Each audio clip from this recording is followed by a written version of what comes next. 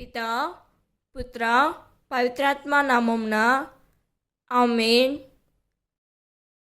ఈరోజు దేవుని వాగ్దానం. యేసు మరలా ప్రార్థనా మందిరంలో ప్రవేశించెను. అచట ఊచ చేయగలవాడు ఒకడుండెను. విశ్రాంతి దినమున యేసు అతడిని స్వస్థపరచునా లేదా అని అతడి జనులు కొందరు పొంచి ఆయనపై నేరము మోపుటకు కాచుకొని ఉండిరి. అప్పుడు ఆయన ఆ ఊచ చేయి గలవాణిని చూచి, ఇచ్చటికి రమ్ము అని వానిని పిలిచెను. అంతటా ఆయన జనులను చూచి, విశ్రాంతి దినమున మేలు చేయుటయా లేక కీడు చేయుటయా, ప్రాణరక్షణ మొనర్చుటయా లేక ప్రాణ నష్టం మొనర్చుటయా, ఏది చేయదగిన పని అని వారిని ప్రశ్నించెను. అందుకు వారు మౌనము వహించిరి. అంతటా ఆయన కోపముతో నలుదశలు చూచి ఆ జనుల హృదయ కాఠిన్యమునకు చింతించి రోగితో, నీ చెయ్యి చాపుము అనెను. వాడట్లే చాపగా స్వస్థుడాయెను. మార్కు 3వ అధ్యాయం 1వ వచనం.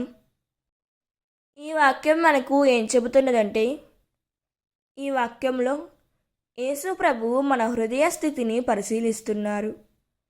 మనుషుల సాంప్రదాయాలు, నియమాలు దేవుని దయను అడ్డుకుంటే అవి దేవునికి ఇష్టమైనవి కావు.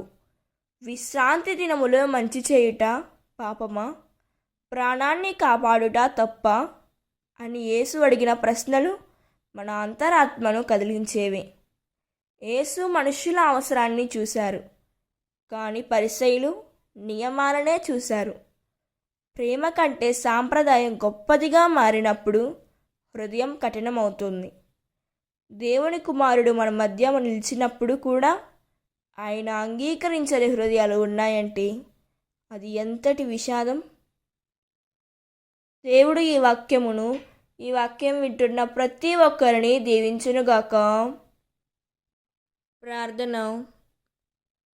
కరుణామయుడైన మా పరలోక తండ్రి, నీ కుమారుడైన యేసు ప్రభు ద్వారా నీవు మాకు చూపిన ప్రేమకు వందనములు చెల్లిస్తున్నాము.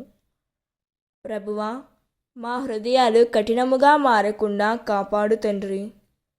నియమాల కంటే నీ ప్రేమకు, సాంప్రదాయాల కంటే నీ చిత్తాన్ని ఎన్నుకునే కృప మాకు దయచేయము యేసయ్యా. ఇతరుల అవసరాలను చూసే కన్నులు మాకు ఇవ్వుము. మంచి చేయటలో వెనకాలని హృదయాన్ని మాకు ప్రసాదించమని యేసుక్రీస్తు నామములో అడిగి వేడుకుంటున్నాం తండ్రి. ఆమేన్. God bless you.